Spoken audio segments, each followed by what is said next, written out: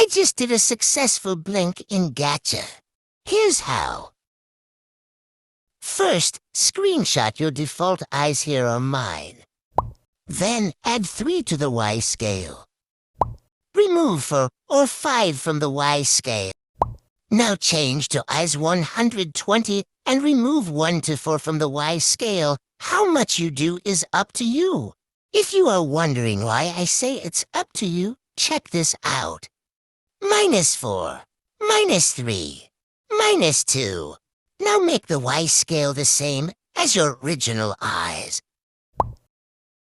Now make the eyes whatever eye you started with and remove 2 from the Y scale.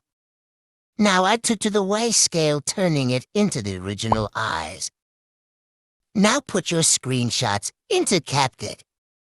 Life hack here, make every shot 0.1 seconds. Now export it. Make a new project with the clip you just exported. Now delete the CapCut outro and slow it down to 0.5 speed. Results.